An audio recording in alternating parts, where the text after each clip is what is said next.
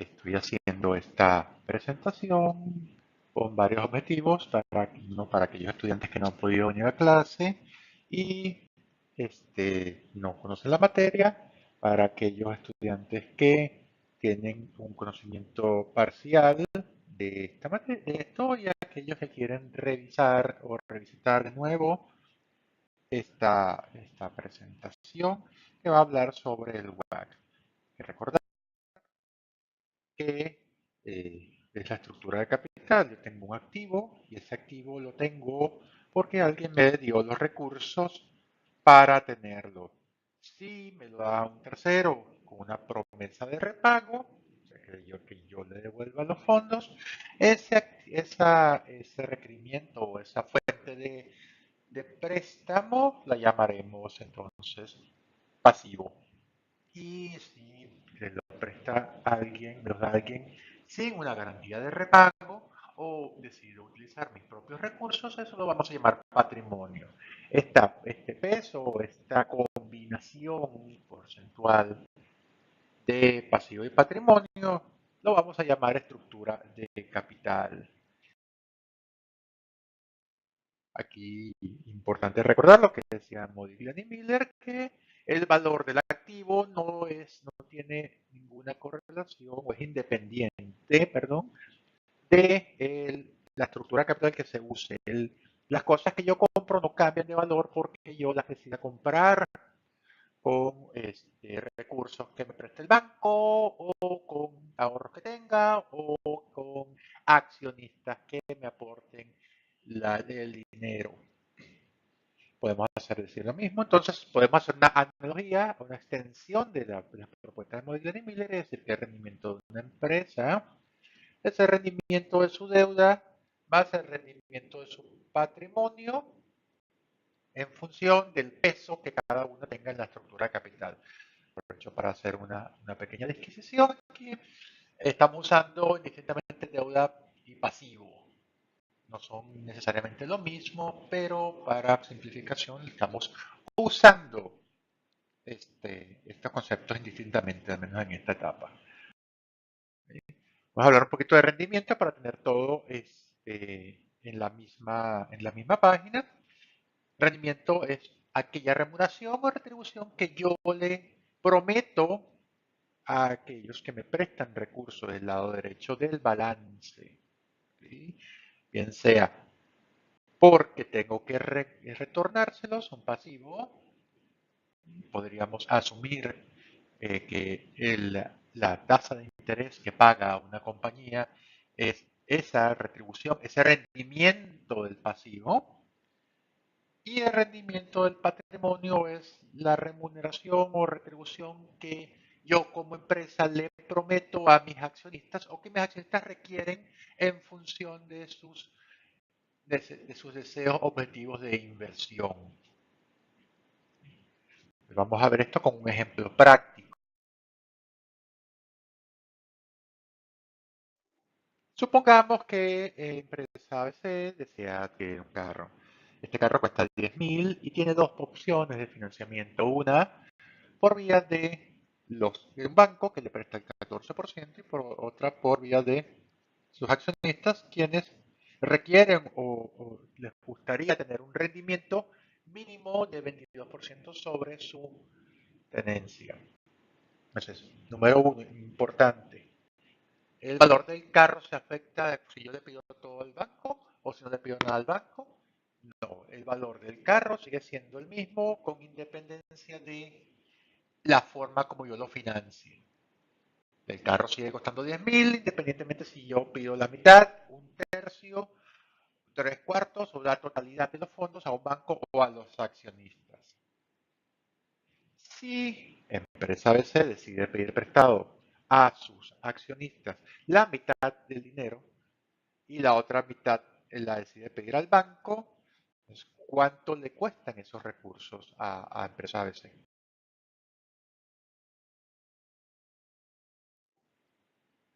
¿Cuánto presta entonces el banco a empresa ABC? $5.000 a una tasa del 14%. Empresa ABC termina pagando $700 por lo que le presta el banco como remuneración o retribución rendimiento al banco. Los accionistas, por su parte, aportan la mitad. Esta mitad tiene un costo de 22%, por lo tanto la retribución o remuneración o rendimiento que termina dándole empresa ABC al accionista es $1.100. Entonces, en resumidas cuentas, ¿cuánto le costaron los recursos totales a empresa ABC? Es una suma algebraica de 700 más 1.100, que es todo lo que le paga a los terceros, haciendo $1.800, que sobre los $10.000 que pidió prestados, un rendimiento total de 18%. El costo de los recursos o del capital para empresa ABC es 18% o $1.800 sobre sus $10.000. Matemáticamente lo podemos ver así. En otras palabras, si empresa ABC decide financiar la mitad del valor del carro con el banco y decide financiarse la otra mitad con recursos de sus accionistas, el costo total del capital necesario para comprar el carro es 18%.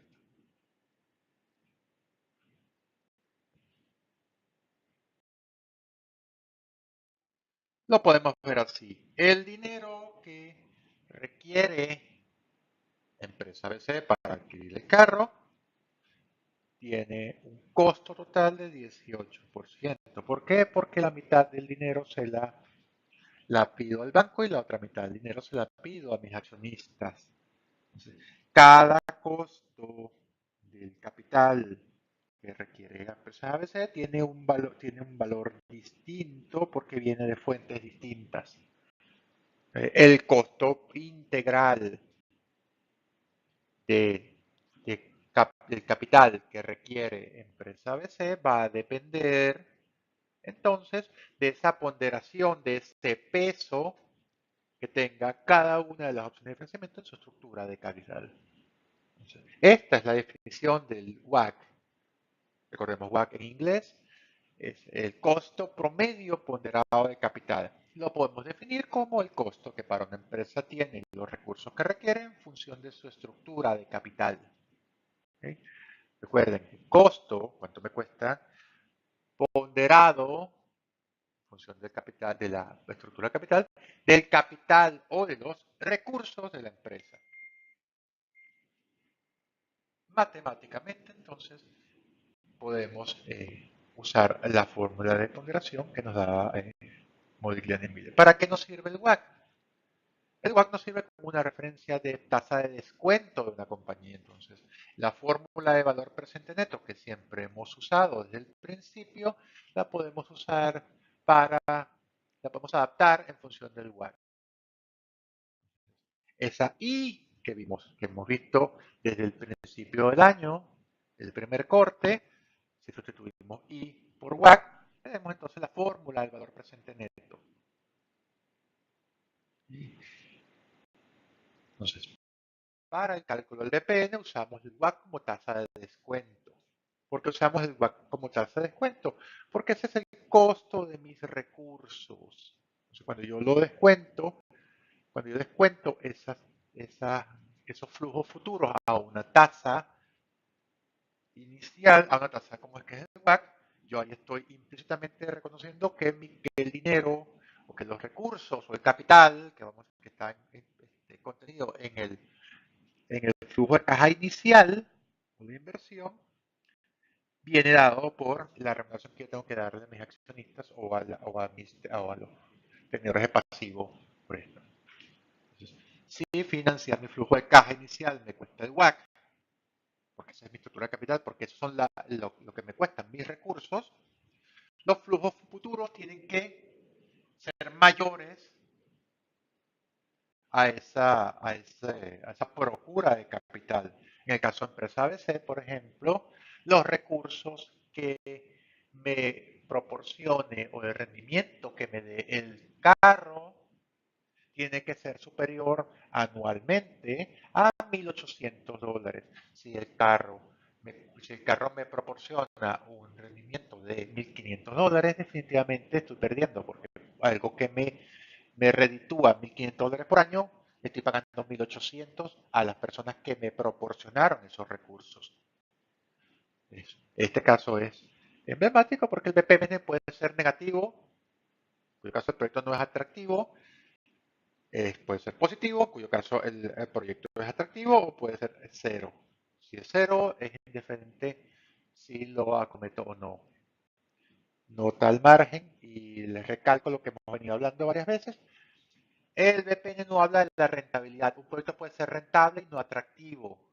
Una cosa es la combinación de ingresos y costos, y el proyecto puede ser totalmente rentable.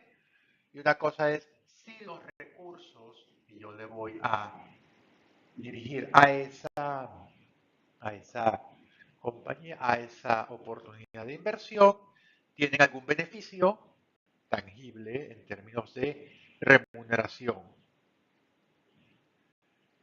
El otro valor, que es para que no nos sirve el WACC, es para comparar con la tasa interna de retorno. Recordemos que matemáticamente la tasa interna de retorno es aquella tasa que me iguala los flujos futuros a el capital inicial. En el caso del BPN sería entonces que es la tasa que yo BPN termina siendo cero.